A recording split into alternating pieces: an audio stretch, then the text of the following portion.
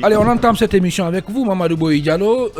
Mori Kondé, qui persiste, qui porte des graves accusations sur les acteurs politiques. Et puis, il va dans tous les sens. Hein.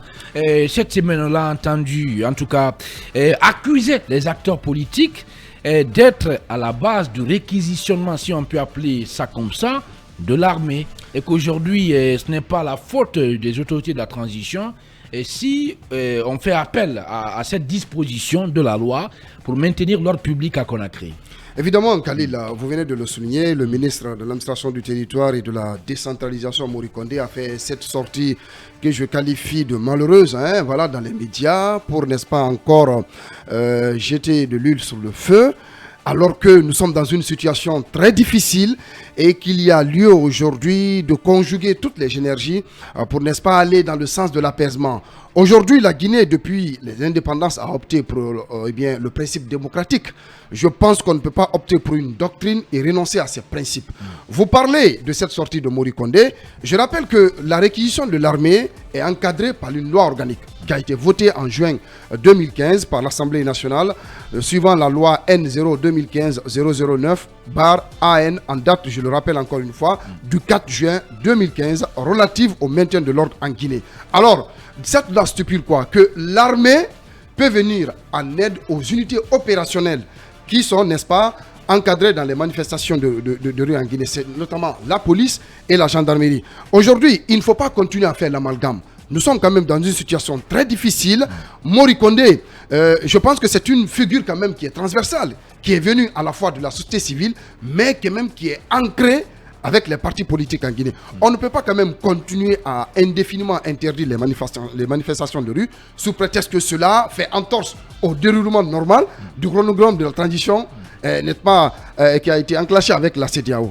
Il faut faire, en tout cas, il faut jouer dans l'apaisement. Mori Kondé aujourd'hui, je pense que s'il y avait une bonne volonté de sa part, une bonne volonté en tout cas des uns et des autres, on ne pouvait pas quand même basculer dans une telle situation qui est déplorable aujourd'hui et qui, n'est-ce pas, continue, n'est-ce pas, à exacerber la tension entre les forces vives et le gouvernement, donc les autorités de la transition. Il fait fi à cette loi, mais cette loi, je le rappelle encore une fois, c'est une loi qui est claire. Est-ce qu'aujourd'hui, il faut continuer à déverser l'armée dans les rues pour défendre le maintien d'ordre? Je pense que non. L'essentiel, c'est de conjuguer avec ces forces vives. L'essentiel, c'est de s'entendre avec cette force vive, parce que les forces vives, ce qu'elles demandent, ce n'est pas déplacer une montagne. C'est l'ouverture quand même d'un dialogue franc. Et nous savons que le dialogue qui a été initié entre novembre et décembre est tout sauf inclusif. Donc je pense qu'aujourd'hui, il faut aller dans le sens de l'apaisement. C'est cela, le salut de la Guinée sortira.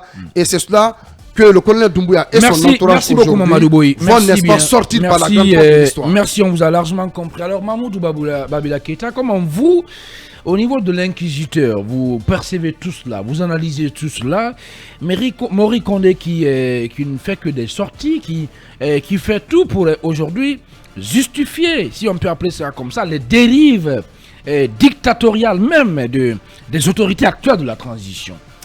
De l'œil d'un journaliste d'investigation, chaque jour que Dieu fait, je me rends compte, n'est-ce pas, de la véracité des éléments d'information qui nous sont communiqués régulièrement autour de la volonté du CNRD de vouloir se maintenir et de vouloir, n'est-ce pas, mettre hors du champ de jeu plusieurs corporations face, n'est-ce pas, à leur désir ardent, n'est-ce pas, de faire de la Guinée une propriété privée. Or, cela n'est nullement possible, encore une fois, en ce 21e siècle. Vous n'êtes pas sans savoir qu'il se communique dans l'opinion, ou en tout cas chez les mieux informés, qu'il y a cette volonté d'écarter certains leaders politiques, mais aussi certains partis politiques. D'ailleurs, il y a une communication du MATD dans ce sens, que tout parti politique qui va, n'est-ce pas, perturber la quiétude sociale par ses appels, par ses appels à manifestation, vont voir leur agrément retiré Et voilà, donc ça veut tout dire. Déjà, nous avons l'information en amont qui a cette volonté justement de les mettre out du champ de jeu. Et au-delà de cela, autant qu'on appelle ces acteurs à prôner la paix, les discours de paix et de stabilité, autant les acteurs du moment doivent s'imposer justement cette mesure. Si nous devons prendre la parole, il faudrait vraiment que ce soit dans le sens de l'apaisement, mais à vouloir faire feu de tout bois, je pense que ça ne fera qu'envenimer la situation. Et il faut pas aller dans ce sens parce que tout simplement notre pays n'en a pas besoin. Nous sommes à un moment très très critique. La transition, ce n'est pas tire sa légitimité, n'est-ce pas, dans les discussions, dans les consensus pour faire, n'est-ce pas, des concessions dans l'acceptation sans pression ni répression. Alors, encore une fois, pour que nous puissions sortir de cette situation de crise pour le bien de notre nation. Encore une fois, c'est extrêmement important. Ces sorties, je pense qu'il faut les doser parce que vouloir aller sur ce terrain, je pense que ce ne serait pas bon et ça ne promet pas en tout cas des lendemains meilleurs. Alors, Lamine Barry, quand même, Mori Kondé a affirmé que avant de mettre en œuvre cette décision, c'est-à-dire qui consiste à réquisitionner l'armée, a pu lui-même à restreindre certaines libertés alignées avec les manifestations dans l'espace public. Il y a une discussion qui, n'est-ce pas, que les autorités de la transition avaient engagée avec les partis politiques là-dessus. Il a dit ceci, si vous le permettez, je vais relayer ses propos. Avant d'arriver à la décision d'interdiction des manifestations sur la voie publique, tous ces leaders politiques ont été appelés. On a eu des discussions avec eux. On leur a dit, pour le moment, il n'y a pas de problème entre vous, le gouvernement et le CNRD. Nous allons définir les règles du jeu. On a un problème de route pendant 11 ans.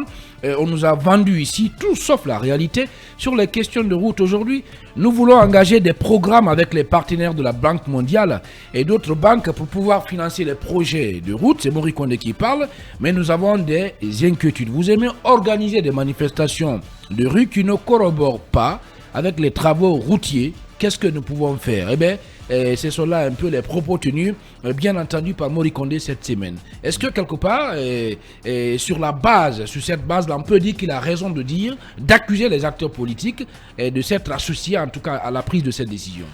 Comme Mori Kondé dit qu'il n'y a pas de problème, il n'appartient pas seulement à la partie gouvernementale de dire qu'il n'y a pas de problème. Est-ce que de l'autre côté, c'est la même perception des choses? Je pense que ce n'est pas le cas. Les acteurs politiques signent et persistent aujourd'hui qu'il n'y a pas, les portes sont fermées, il n'y a pas de dialogue, il n'y a pas un couloir de négociation, même si encore une fois on a vu ce cas de dialogue que certains appellent de façade.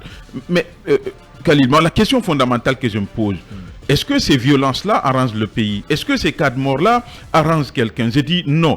Mais est-ce que la réponse apportée par le gouvernement est la mieux appropriée? C'est là la question. Est-ce que finalement, cette façon d'interdire de manière systématique les manifestations, est-ce que ça arrive à résoudre le problème ou bien à empirer les choses? Puisque vous vous rappelez un pan de sa communication, mais moi j'ai voulu quand même soulever un passage quand il dit, par exemple, que les partis politiques qui vont faire ces appels à manifester sans encadrer leurs manifestants, tel que c'est dit demain et après-demain, mercredi donc, et il dit lorsque les faits sont établis contre eux, on va retirer leur agrément, c'est clair. Mais je dénote un bémol dans cette sortie-là. Comment voulez-vous que les organisateurs de ces manifestations encadrent leurs manifestants dès lors que vous les empêchez de sortir? Je pense qu'il faut changer de paradigme. Aujourd'hui, il faut mettre ces acteurs politiques-là devant les faits accomplis. C'est-à-dire, il faut dire clairement, nous autorisons les manifestations, mais c'est à vous de prendre des dispositions en amont. En fait, il y a un problème aujourd'hui qui se pose, Lamine Barry. Excusez-moi de vous interrompre. Au-delà de l'interdiction des manifestations, c'est qu'on assiste au réquisitionnement, si on peut appeler ça,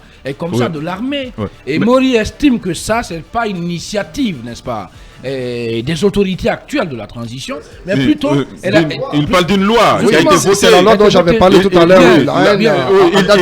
Il parle d'une loi, il va jusque très loin pour dire que c'est une loi qui a été votée par le RPG Arc-en-Ciel et l'IFDG. Cela veut dire qu'il est dans cette logique-là de frapper ces partis politiques par la loi qu'ils ont eux-mêmes votée. Bien. Mais la réquisition donc des forces armées, j'ai l'impression que le ministre lui-même n'arrive pas à assumer totalement, parce qu'à mon avis, il se rend compte de la dangerosité de la chose, parce que j'ai vu des propos qu'on lui a attribués, il dit que cette décision n'a pas été prise par le ministre, mais c'est par le maire de la commune de Ratoma qui a fait la réquisition. En tout cas, j'ai vu ces écrits-là sur les réseaux sociaux. Reste à vérifier, mais si tel est le cas, j'ai l'impression que le ministre lui-même, justement, il se rend compte que... Il a dit que la réquisition de l'armée n'a pas été faite même par lui. Voilà. Bien. Donc cela veut dire que... Alors, est-ce que quelque part, l'objectif n'est pas de faire porter le chapeau de cette situation-là au parti politique, oui, justement, comme l'UFDG. Pour dire de toutes les façons, le maire, il est issu d'un parti politique, et ce parti politique, c'est l'UFDG. Donc il a la responsabilité de monsieur le maire de la commune de Ratoma de prendre la parole. Il ne le fera pas, parce qu'il y a l'épée Damoclès qui plane au-dessus. Non, je dis, il ne le fera pas, vous savez. Il est contre l'injustice, je suis sûr et certain qu'il le fera. Je suis sûr et certain qu'il ne le fera pas, Bien, parce qu'aujourd'hui, il y a une sorte de coup de balai alors,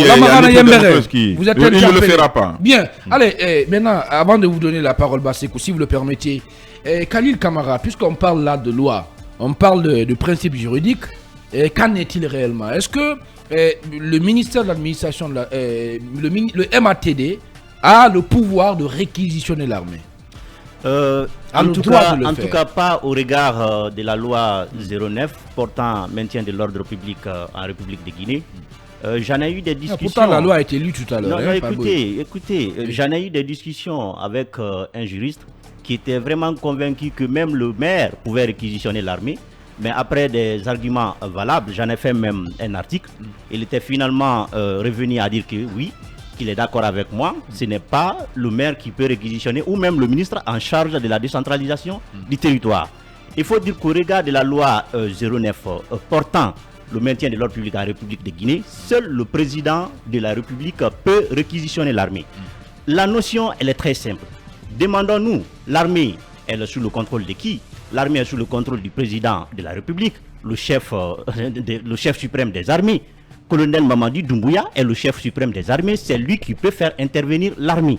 Parce qu'il y a une question de réquisition et il y a une question de demande de concours. Bien. La demande de concours est différente d'une réquisition. Quand nous parlons de demande de concours, cela veut dire que même un citoyen qui se trouve menacé dans sa sécurité peut faire une demande de recours à la police de proximité ou à la gendarmerie. C'est le même cas quand il s'agit d'un maire, quand l'ordre public est menacé ou se trouve troublé dans sa localité, il peut faire une demande de concours à la police ou à la gendarmerie. Maintenant, quand nous parlons de réquisition, vous allez voir à l'article 15 de la loi que j'ai citée que c'est prévu clairement que la demande de réquisition suppose un rapport de subordination. Cela veut dire que l'autorité qui fait une réquisition, il fait réquisition à un commandement qui est sous son contrôle. Vous ne me direz pas que l'armée est sous le contrôle du ministère de la décentralisation. Vous ne me direz pas que l'armée est sous le contrôle des maires, des préfets ou des sous-préfets. L'armée n'est sous le contrôle que du président de la transition. Et quand vous prenez l'article 3, c'est aussi vu que dans des circonstances exceptionnelles, parce qu'il faut aussi rappeler une chose, c'est qu'il y a des circonstances dans lesquelles l'armée doit intervenir. Est-ce que ces circonstances-là aujourd'hui sont justifiées? D'abord, vous avez des forces d'intervention qui sont aussi définies à l'article que j'ai cité. Vous avez la police qui intervient au premier degré, la gendarmerie au deuxième degré. Mais la police, la mission principale de la police, c'est le maintien de l'ordre public. La gendarmerie n'intervient que quand il y a une crise. Et quand la gendarmerie est débordée, c'est-à-dire qu'il y a une crise, des circonstances graves, une nécessité impérieuse comme dit par la loi, l'armée peut intervenir. Mais comment intervient l'armée? L'article 3 prévoit à ce niveau, dans des circonstances exceptionnelles et graves, le président sur réquisition du président de la transition, l'armée peut intervenir conformément aux dispositions de l'article 90 de la Constitution. La Constitution dont il est question, c'est la Constitution du 7 mai 2010. La Constitution du 7 mai 2010, dans son article 90, prévoit l'état de siège et l'état d'urgence. Et si le président doit décréter l'état d'urgence ou l'état de siège, il doit d'abord saisir l'Assemblée nationale, le président de l'Assemblée nationale qui doit donner son avis. Actuellement, nous n'avons pas de l'Assemblée nationale, je suis d'accord, mais il y a eu un CNT. Il y a aussi le président de la Cour constitutionnelle qui doit aussi donner son avis sur le décret de l'état d'urgence. C'est à partir de là le président peut décréter l'état d'urgence ou l'état de siège. Après avoir décrété, on peut maintenant réquisitionner l'armée. Mais l'armée est intervenue dans notre pays. Il n'y a pas eu d'état de siège, il n'y a pas eu d'état d'urgence. On ne peut pas comprendre alors que qu'on dise que voilà, l'armée peut intervenir et cela est justifié. Cela n'est pas justifié. Bien. Et ce qu'il faut aussi dire, pour faire intervenir l'armée, conformément à cette loi, il y a une question de nécessité, une question de proportionnalité, mais aussi une question de légalité. D'abord, le principe de la légalité, cela veut dire que est-ce que réellement l'acte pris par les gouvernants est conforme à la loi? On va dire non, parce que le ministère, comme je l'ai dit, n'est pas habilité à réquisitionner l'armée dans la seule mesure où l'armée n'est pas sous son contrôle. Donc ça, c'est impossible. Le principe de nécessité, c'est ce qu'il faut voir. Est-ce qu'il y avait une nécessité? Est-ce que nous étions dans un état grave, dans une situation de guerre, où l'état de siège, où l'état d'urgence a été décrété pour que le président puisse faire intervenir l'armée? On dira aussi que c'est non. La proportionnalité, nous sommes quand même dans une zone bien déterminée, dans un espace spécifique, dans une petite localité où nous avons affaire en face des manifestants non armés, des manifestants qui ne sont pas avec des armes de guerre, qui ne sont avec rien. Vous ne pouvez pas débarquer l'armée pour contenir une telle manifestation. Sauf que Mori Kondé a dit ces jours-ci qu'il a eu comme l'impression que on avait affaire à une guérilla urbaine, si je peux appeler ça comme ça. Est-ce pour dire, Oui. la police, la gendarmerie sont inefficaces pour maintenir l'ordre public dans une petite zone, comme je l'ai dit, comme l'axe. Est-ce qu'il faut mettre désormais en cause l'efficacité de la police et de la gendarmerie pour maintenir l'ordre public dans la localité, sur l'axe? Alors la question qu'il faut aussi se poser, c'est cela. Je voudrais terminer pour dire ceci, mon cher Omo. C'est que ce qui arrive dans notre pays, on est en train de militariser finalement tout Conakry. Parce que tout le pays, parce que la loi, cette loi prévoit par exemple que quand vous voulez faire intervenir l'armée, notamment le président de la République, il doit d'abord définir la mission. Il doit définir la zone parce que est dans un temps limité. Mais on ne nous a pas dit dans quelle zone l'armée pouvait intervenir. Mais on a vu quand même l'armée circuler, défiler dans toute la zone de Conakry presque. Et puis avec... on ne nous a pas dit pour combien de temps, pour combien de jours. Et encore l'autre situation, c'est le budget. On ne nous a pas dit quel est le budget défini à ce niveau. Parce que Khalil, ce qui est sûr, Khalil, ce qui est sûr, Khalil, ils ont créé la CRIEF, disons contre ceux qui ont détourné les anciens dignitaires. Ils doivent savoir que le peuple est vigilant, l'État va demeurer. Après cette transition-là, les gens rendront des comptes. C'est ça aussi. C'est sûr. Bien, c'est aussi clair que ça. Alors, Basekou, comment vous comprenez tout cela? Quel message tout cela renvoie? Et surtout, par exemple, Mori Kondé, qui, de par le passé, moi, par exemple, j'ai vu voilà, Laval qui a fait le récapitulatif de ces différentes publications quand on réprimait les sympathisants, en tout cas les soutiens du FNDC, contre le troisième mandat ici. Ils dénonçaient le fait que l'acte soit militarisé, le pays soit militarisé. Ils dénonçaient le fait que des gens, en tout cas, soient tués de façon injuste. Aujourd'hui, on revient pour qualifier ces manifestants de rebelles. Est-ce que c'est pas trop grave? Et en fin du compte, qu'est-ce que tout cela présage pour l'avenir de notre pays, de la transition surtout? Non, mais moi, le ministre de l'administration du territoire, la décentralisation me déçoit. Moi, il me déçoit. C'est un acteur de la société civile qu'on a connu ici dans le passé pour son engagement pour la promotion de la bonne gouvernance, pour le respect des libertés publiques, pour la jouissance vraiment de certaines libertés. Quand il était le directeur exécutif de Agile qui a beaucoup œuvré vraiment au renforcement des capacités des acteurs de la société civile pour la promotion de la gouvernance locale. Et c'est d'ailleurs à cause de tout ceci, je crois bien qu'il a été nommé ministre de l'administration du territoire et de la décentralisation. Donc ça veut dire en réalité qu'il est plus proche, notamment des collectivités locales. La Guinée aujourd'hui est dans une certaine mutation de transfert du pouvoir vers les collectivités locales. Donc moi je suis un peu surpris de tout le combat qu'il a mené contre le troisième mandat, les déclarations qu'il a tenues pour soutenir le FNDC ici lors des manifestations, et qu'en réalité quand il est venu au pouvoir, eh bien qu'il fasse le contraire, en tout cas de toutes les valeurs qu'il a défendues. En fait, au-delà des explications juridiques qui ont été données ici par Khalil Kamara, rien ne justifie, je l'ai dit et je le réitère, la réquisition de l'armée pour, dit-on, rétablir l'ordre sur l'axe. Rien ne justifie. La police et la gendarmerie, qui sont les services de sécurité donc traditionnels qui interviennent, ne sont pas débordés. Nous ne sommes pas dans une situation d'exception. Ce ne sont pas nos frontières qui sont aujourd'hui menacées. Ce n'est pas une situation vraiment qui menace la paix et la quiétude sociale. Dans une interview qu'il a accordée au site Africa Guinée, il dit que l'interdiction donc des manifestations sur la voie publique a été décidée de commun accord avec les partis politiques. Je pense que ce sont des accusations extrêmement graves. Il va falloir que les partis politiques, notamment, prennent leurs responsabilités, fassent des déclarations, soit pour confirmer ou démentir les propos qui ont été tenus par le... Non, attendez, justement, c'est important, puisque les forces vivent aujourd'hui au sein donc la précision de Babil, elle est importante. Voilà, aussi, non, au sein desquels il y a plusieurs. Parce que nous savons, c'est important. Je vais placer un mot. Il y a les partis politiques qui se réunissent ici, dans un endroit à Lambani, des partis politiques qui manifestent leur soutien au CNRD. Non, en fait, ce qui est évident, c'est que nous savons très bien, comme au temps d'Alpha Condé, et le CNRD aussi a fabriqué ces leaders politiques, les acteurs de la société civile. Donc moi je pense que les partis politiques qui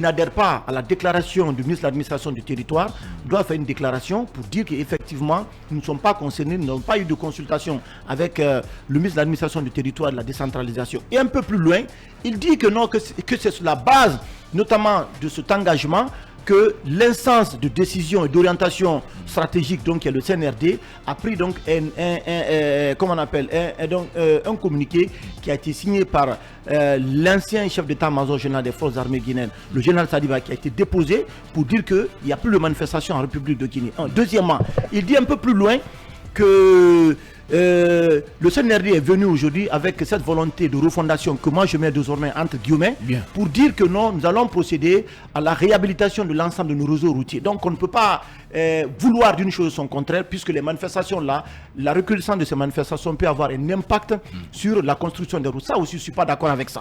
Ce sont des actions qui sont purement et simplement liberticides.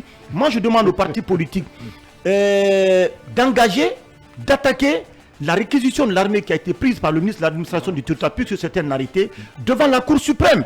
Même si aujourd'hui, non c'est vrai, même si cette Cour suprême, même si elle est déboutée, mais l'action vaut son pesant d'or. Allez, donc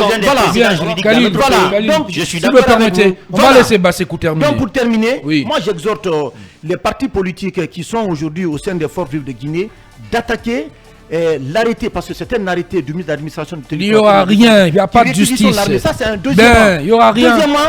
Deuxièmement, il faut attaquer. Deuxièmement, toutes les victimes des dernières manifestations sous le CNRD, des manifestations qui nous ont arraché des vies humaines. Moi je demande à des jeunes à la fleur de l'âge. Je demande aux victimes de se constituer partie civile, d'attaquer les juridictions compétentes, aujourd'hui d'attaquer l'État, et aussi d'intenter une action en justice contre tout ce qui donne donc des ordres pour mettre les services de sécurité et de défense dans les rues de Conakry. Parce qu'il faut quand même on essaie vraiment de situer les responsabilités. Et pour terminer, sincèrement, je pense qu'on n'apprend pas de nos erreurs. Le capitaine Moussa Dadis Camara, aujourd'hui, est à la barre. L'ancien premier ministre Kassouri, aujourd'hui, est en main avec la CRIEF. Dr Diané, qui était l'une des personnalités les plus influentes aujourd'hui, est à la barre. Oye Guilavogui est à la barre. Moi, je pense que le CNRD devrait œuvrer pour vraiment éviter de se retrouver dans une telle situation. Quand on est entouré, qu'on est entouré par des incompétents, des fakes, c'est ce que ça donne. Hein. Sincèrement, c'est ce que ça donne. C'est ce que ça donne aussi, Bassekou. Quand on est entouré par des fakes, c'est ça aussi. Allez, rapidement, Babila, très rapidement. Cette question liée, n'est-ce pas, au chantier, aux travaux routiers, il faudrait que les Guinéens comprennent. En fait, les autorités du moment, j'ai l'impression qu'on est en train de faire un peu dans le banditisme intellectuel. Ces chantiers dont on parle, je vous renvoie à l'accord chinois qui a été signé le 5 septembre 2017. Rien n'a été inventé sur le Attendez, CNRD. vous voulez me dire que tout ce qui se fait maintenant là, Encore une fois, tout ce qui se fait maintenant là, Oui. n'est pas, disons, n'est pas nouveau. en Ce fait. n'est pas nouveau, pas Bien. du tout. Tout a été financé. Ce qui restait, c'est 25% de la contrepartie guinéenne qui restait, n'est-ce pas, à l'État guinéen d'être évacué, d'être payé aux partenaires pour, n'est-ce pas, le démarrage des travaux. Sur Bien. Alpha Condé, justement, Alpha Condé avait mis pied sur, n'est-ce pas, le déblocage de ces montants-là. D'ailleurs, une première partie avait été versée. Ceux qui ont appartenu à ce système ne diront pas le contraire.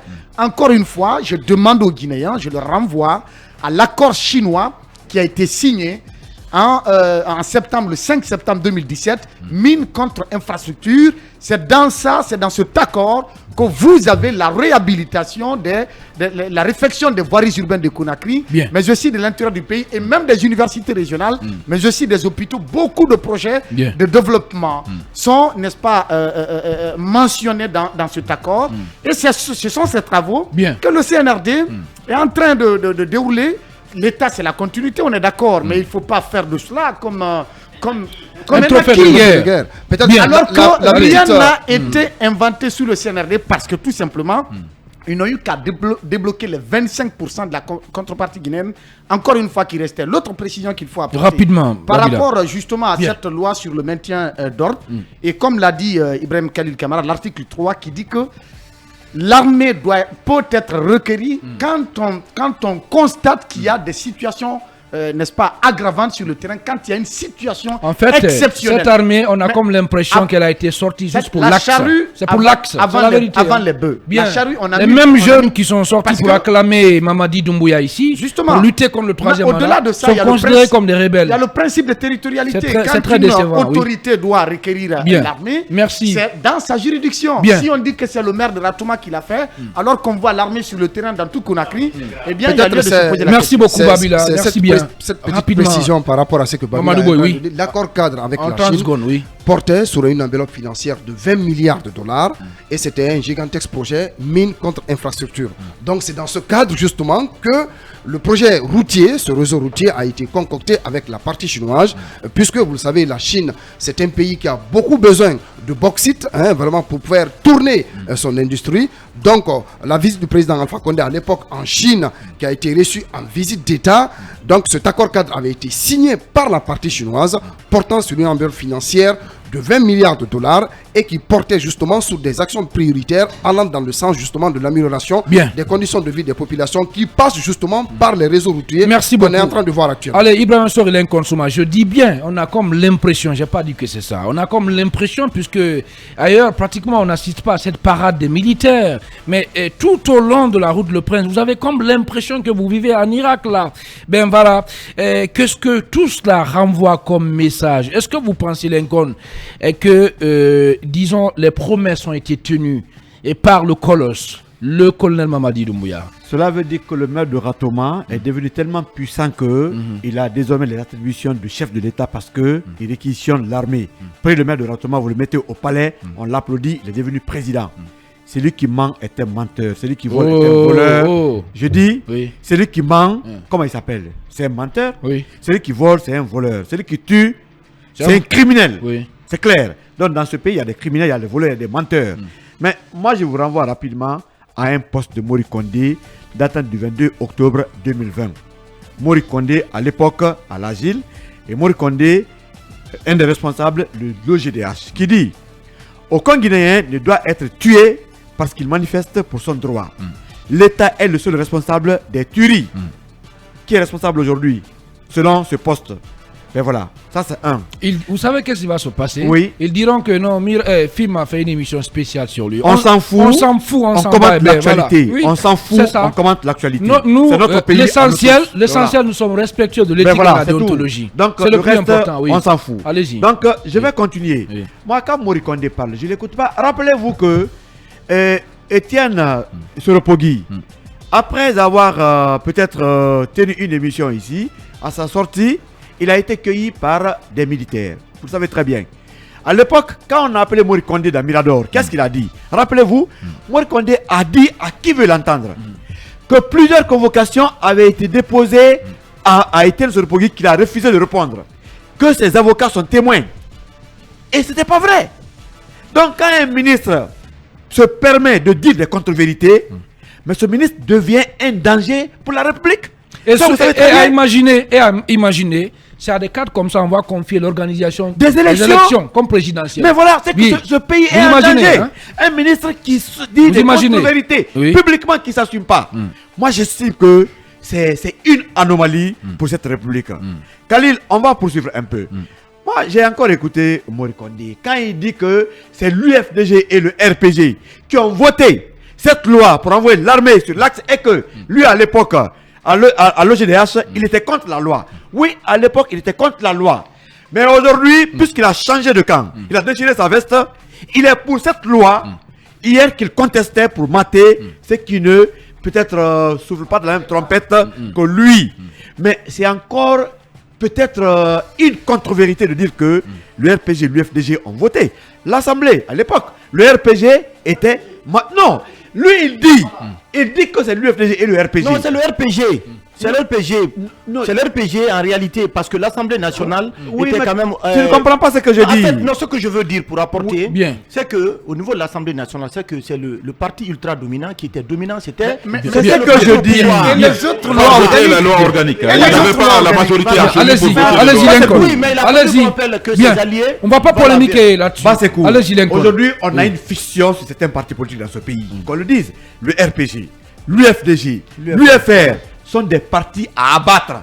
Parce que quand ces partis vont présenter un candidat, mais présenter 1000 candidats là-bas, ils vont rafler tout le problème de la transition. Parce qu'on veut éliminer les potentiels candidats. C'est pourquoi il y a une fiction sur le RPG, l'UFDG et l'UFR. Alors, est-ce que ça vaut la peine que le ministre nous rappelle que c'est le RPG ou et l'UFDG qui ont voté? Il peut parler de l'Assemblée nationale. Bien. Parce que nous savons qu'à l'époque, la position occupée par l'UFDG ne lui permettait pas de voter une telle loi. Parce que l'armée dont on parle, que Damaro parlait à l'époque, cette armée allait partir sur l'axe. Comme vous pouvez ne pas aimer le chien, mais il faut reconnaître que ces crocs sont blancs.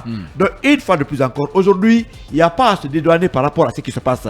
Vous avez pris le pouvoir, vous avez fait le coup d'État En fait, pour rectifier les erreurs du passé. Bien. Si hier, l'Assemblée voulait que l'armée parte de ce côté, vous ne voulez pas. Aujourd'hui, vous êtes là, vous rectifiez. Bien. Mais ce qui reste, la seule chose encore que le CNRD n'a pas fait, c'est peut-être, comment je peux appeler ça? De nous couper la respiration. Non, pratiquement tout est fait. L'oxygène. Tout ce que Alpha a fait, ils ont fait. Non, pire Et ils ont même, fait hein. Pire aussi, hein. Mais aujourd'hui, ce qui reste, Oui, oui. c'est nous couper l'oxygène, Oui. privatiser l'air qu'on Bien. respire. Je crois que Allez. le pays est en danger. Justement. Quand c'est un ministre de son territoire. Et ce qui est grave, Parle ce ainsi. qui est grave, si vous le permettez, Assumez vos c'est responsabilités. à imaginer qu'il y a à des cadres, des gens comme ça, qu'on va confier l'organisation des élections. Et c'est très grave. Surtout Je voulais- présidentielles. c'est grave. Allez, si vous le permettez, très rapidement, on va partir avec le premier passage de l'écran publicitaire au compte de ce numéro de Mirador Mix.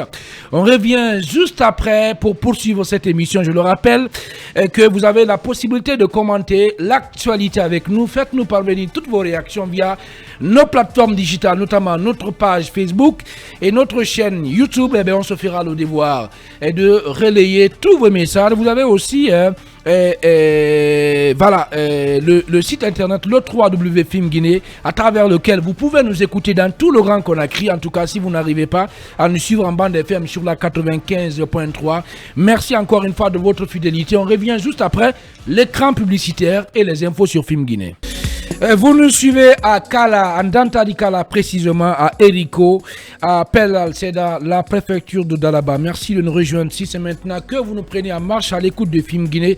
Alors le vieux barbu, Ibrahim Soril Consoma, très rapidement pour clore ce sujet lié aux dernières sorties du ministre de l'administration du territoire, Mori Kondé. Oui, moi je vais l'appeler Monsieur aucun Guinéen ne doit mourir pour son droit de manifester et qui est en train de défendre aujourd'hui la mort des manifestants. Ça c'est la VAR. Le temps, la parole mange l'homme. Et un auditeur vient de reprendre. Aujourd'hui, M. Mori Kondé se sert des lois d'une assemblée nationale démodée, caduque, qui est décédée pour justifier la mort des manifestants.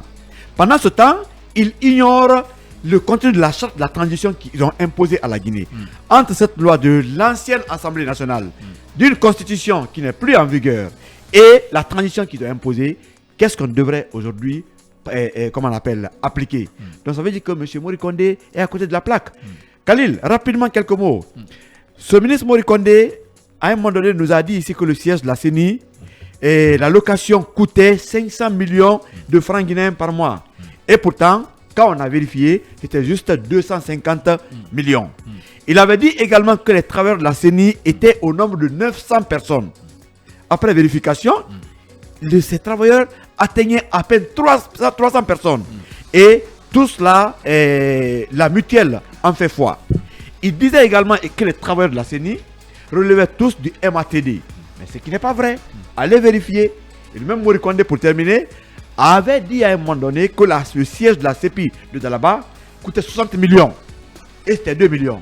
Le reste, je vous laisse juger. Bien, Ibrahima Assor, il est inconsommable. Le vieux barbu